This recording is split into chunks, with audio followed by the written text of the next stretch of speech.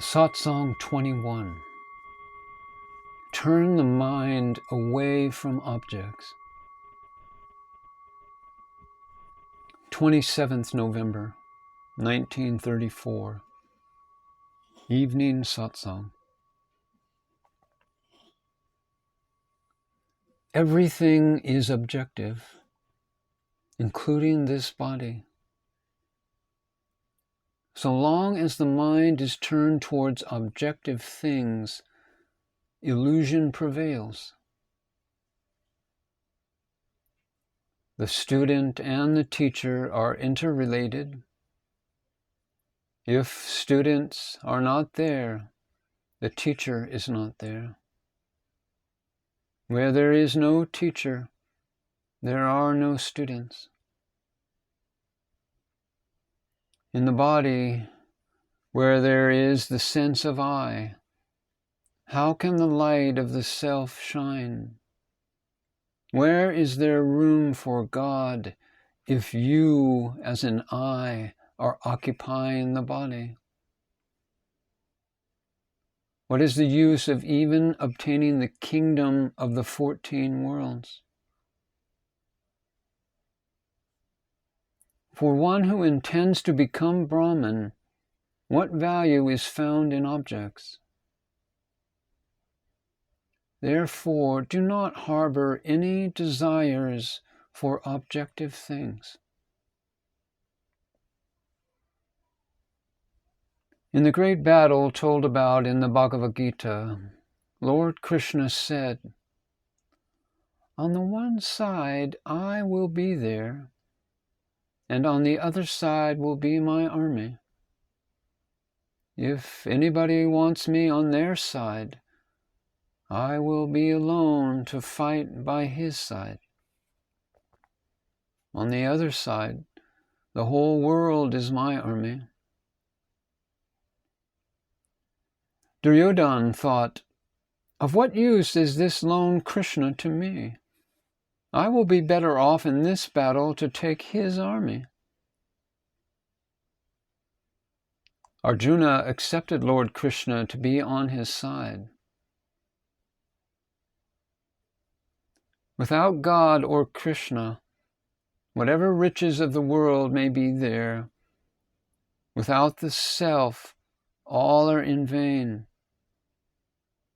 And if you want to have the self, you must not allow worldly riches, mundane possessions, or selfishness to even come near you.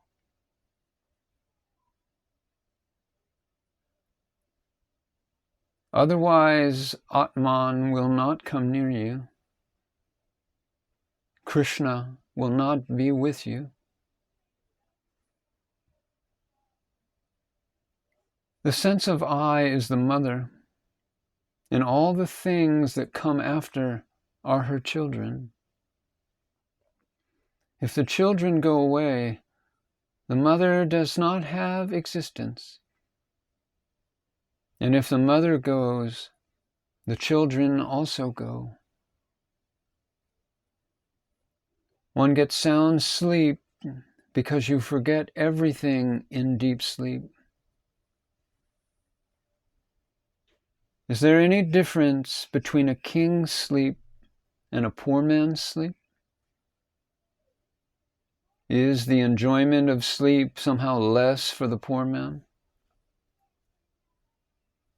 Relinquish all of the things that the I desires, and then the mind is automatically slain. To say or assert something is the mind. That is also gone when the I goes. The egotistic intellect becomes pacified. The mind says only that which it remembers. If you consider all of this appearance as false, the mind dies. Ask me if it rises again. It may even be possible to fold the sky, but it is difficult to control the mind. However, if you let go of all objects, then what job does the mind have to perform? If a man who is in deep sleep says, "I am sleeping, please awaken me," how are we to awaken him?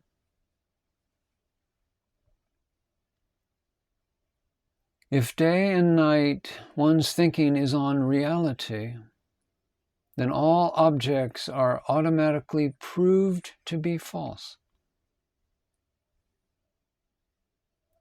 If a seeker wants recognition that he is great or wants honor, his progress becomes stalled. The one who cannot contain desire to possess spiritual powers becomes entangled by these powers, because what he wants is a false greatness. Only when the inherent persistent desire for worldly life is truly snapped will the Supreme Self, Param Atman, be met. The individual, the jiva, desires to eat the fruits of this tree of worldly life. When that eating of worldly life stops, he becomes God, Shiva, automatically. Leave the enjoyment of objects. Don't take the touch of objective things and cease craving them. Then, immediately, you are Shiva. Do all actions like eating food and drinking water and the like, but do not take these things to be real. Do not live as a slave to objects. Maintain the feeling, I am Brahman, Eham Brahmasmi. There should not be any sorrow or concern about things that come and go. One who does not become arrogant by riches does not blame the one who blames him, and one who does not whimper due to any pain is God himself.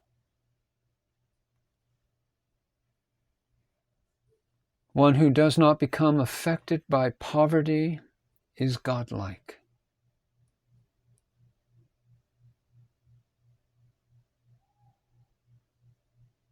Illusion says, I will give you whatever you want, do whatever you like, but you will remain under my dominance. Illusion cannot come near a realized one, a jnani. The one who has self-knowledge, Atma Vidya, is the true knower of Brahman.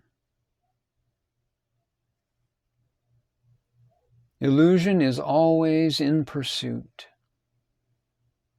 Those who make demands from Maya are like hanged men.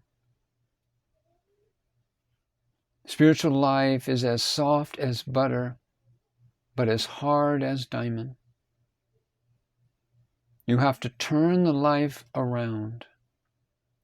Turn your life in the opposite direction, away from worldliness. Spoil it and it will be destroyed. You are only going to turn into waste whatever you eat. So what is the use of looting from other people? One who is fed up with mundane life will not think about it even if he is entreated. One who has realized Brahman will not think about this killer who is illusion, Maya. This Maya herself is mortal. For objective things never remain forever, no matter how much you may endear yourself to them. If you light a lamp and tell it not to throw off light, will it obey you? The lamp that is lit will of course give off light. Giving away everything to God, including all of the inner bodies, is called Bali, or surrender. The body consciousness says not to give, but Bali, the true surrender, does not pay heed to it.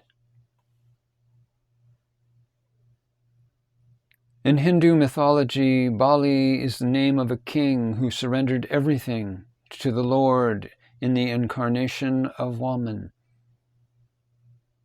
He gave everything, the physical body, the subtle body, and the causal body.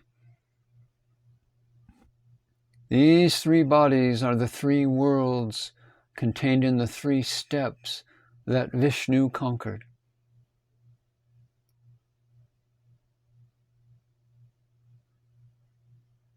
The goddess Lakshmi seeks the man who makes himself dear to the Lord. However, do not even let her stand before you. You see, you should not employ Lakshmi or try to possess her, even in order to help others, as this only brings in many entanglements. The meaning of cleansing the mind is to let all of the thinking about objects fall away. The mind that is thus purified always shines. Then it does not like anything other than reality, which is pure being. It has no need of meditation and contemplation. That one is pure Brahman.